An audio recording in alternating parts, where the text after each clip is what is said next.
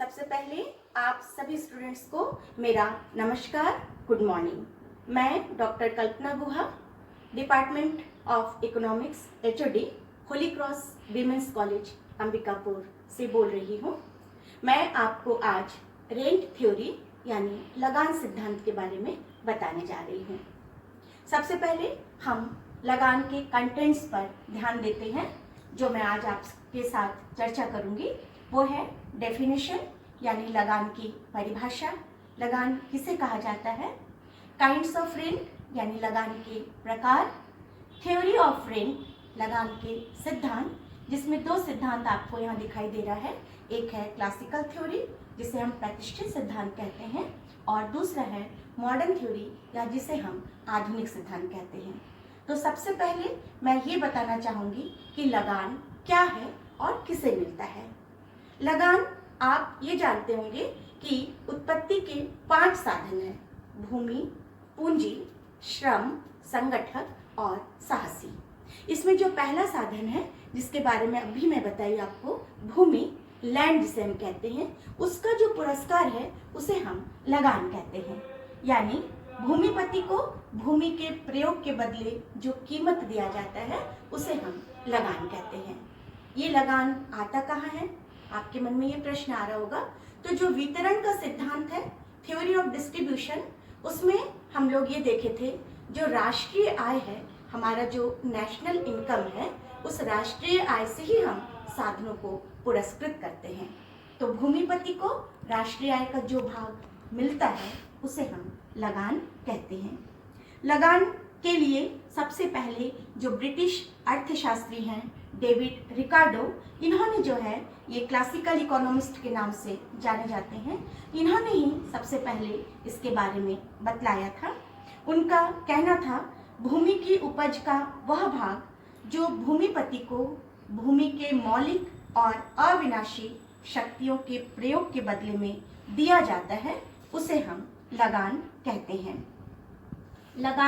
लगान के बारे में प्रोफेसर मार्शल, जिसका नाम आप सुने होंगे, ये भी क्लासिकल इकोनॉमिस्ट है या प्रतिष्ठित अर्थशास्त्री हम इन्हें कह सकते हैं। मार्शल की व्याख्या अर्थशास्त्र के हर भाग में हमको देखने को मिलता है। मार्शल ने कहा था प्रकृति के निःशुल्क उपहारों से प्राप्त आय को ही हम लगान कहते हैं। यानी the income derived from the ownership of the land and other free gifts of nature is commonly called rent। इस प्रकार आधुनिक अर्थशास्त्रियों ने भी कुछ परिभाषाएं दी हैं, लेकिन आज मैं पार्ट 1 में आपको प्रतिष्ठित सिद्धांत के बारे में ही बताऊंगी। इसके बाद यहाँ दिया हुआ है, स्केल ले लेती हूँ, काइंड्स ऑफ रेंट या लगान के प्रकार। तो लगान जो है 3 प्रकार का होता है: कुल लगान जिसे ग्रॉस रेंट कहते हैं, आर्थिक लगान जिसे इकोनॉमिक रेंट कहते हैं, और तीसरा है ठेके का लगान या समझौते का लगान जिसे हम कॉन्ट्रैक्ट लैंड भी रेंट भी कहते हैं। तो इन तीनों में जो सबसे पहला है ग्रॉस रेंट या हम जिसे कुल लगान कहते हैं, ये लगान जिसमें भूमि सुधार में लगाई गई पूंजी पर ब्याज, भूमि प्रबंध का व्यय, भूस्वामी द्वारा उठाए गए जोखिम का पुरस्कार और भूमि के प्रयोग की कीमत, जिसे हम इकोनॉमिक रेंट कहते हैं या आर्थिक लगान कहते हैं, शामिल होता है। और दूसरा है इकोनॉमिक रेंट, वास्तव में ये केवल भूमि के प्रयोग की कीमत होती है।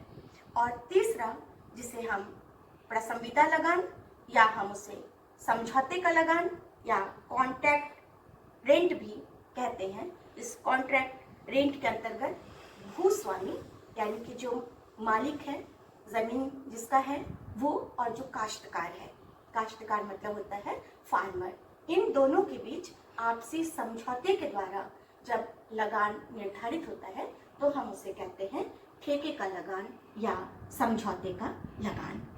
ये तो थी लगान की परिभाषा और लगान के प्रकार। अब हम चलते हैं जो मेन कंटेंट्स हमारा यहाँ पर है, वो है क्लासिकल थ्योरी या जिसे हम कहते हैं प्रतिष्ठित सिद्धांत। प्रतिष्ठित सिद्धांत प्रोफेसर डेविड रिकार्डो का दिया हुआ है।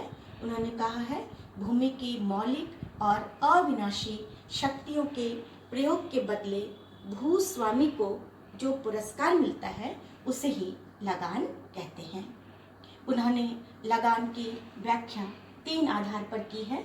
विस्तृत खेती जिसे एक्सटेंसिव कल्टीवेशन कहते हैं, गहन खेती इंटेंसिव कल्टीवेशन, और तीसरा है भूमि की स्थिति यानी सिचुएशन ऑफ द लैंड। इन 3 आधार पर उन्होंने अपने सिद्धांत को पूर्णतः स्पष्ट किया है। किसने? प्रोफेसर रिकार्डो ने। तो सबसे पहले हम चलते हैं विस्तृत खेती। नाम से स्पष्ट हो रहा है विस्तृत यानी व्यापक तौर पर जब हम खेती करते हैं उस समय हम कई जमीन के टुकड़ों पर खेती करते हैं।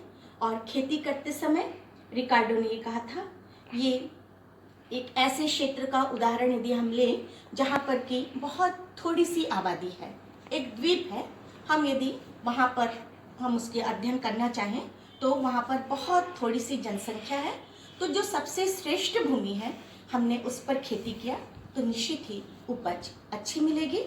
लेकिन यदि आबादी वहाँ की बढ़ जाए, पॉपुलेशन वहाँ का ग्रोथ हो जाए, तो हमको दूसरी भूमि पर खेती करना पड़ता है। इसके बाद यदि पॉपुलेशन और बढ़े तो एक तीसरी भूमि को लेना पड़ता है। इस तरह धीरे धीरे एक ऐसी भूमि पर भी हम खेती करते हैं जो कि बिल्कुल भी उपजाऊ नहीं है। ऐसे समय पर रिकार्डो ने कहा है कि लगान एक प्रकार का भेदात्मक बचत है, वो ऐसे भूमि को मिलता है जो कि श्रेष्ठ होती है। तो निश्चित ही जो हमने पहले, दूसरे और तीसरे जमीन के टुकड़ों पर खेती की वो कुछ न कुछ उर्वरता की दृष्टि से अच्छी थी, इसलिए लागत की अपेक्षा वहाँ प्रोडक्शन हमको ज़्यादा मिला, कॉस्ट कम था। लेकिन एक टुकड़ा मुझे ऐसा भी मिला जहाँ की लागत और जहाँ का प्रोडक्शन दोनों इक्वल हो गया। आप इसे यदि और अच्छे से समझना चाहते हैं तो मैं आपको इस टेबल के द्वारा भी दिखाना चाहती हूँ, जहाँ पर 4 भूमि के टुकड़े लिए गए हैं, A, B, C और D। अच्छा, मैं आपको ये भी बता देती हूँ कि लगान निकालने के लिए रिकार्डो ने कहा था कि उत्पादन से यदि हम यानी कि प्रोडक्शन से यदि हम लागत अर्थात कॉस्ट को यदि घटा देते हैं तो जो बचता है वही रेंट या लगान कहलाता है। 4 भूमि के टुकड़े हैं A, B, C, D। यहाँ उत्पादन दिखाई दे रहे हैं, इसको हमने पहले क्विंटल में, यानी यहाँ मुद्रा का स्थान नहीं है, इसको हमने क्विंटल के रूप में दिखाया है। मान लेते हैं गेहूं का हमने उत्पादन किया है। A भूमि पर 40 क्विंटल, B पर 30 क्विंटल, C पर 20 क्विंटल और D पर 10 क्विंटल उत्पादन हुआ है। चारों भूमि पर लागत हमने एक समान लगाई है, 10, 10, 10, 10। ये भी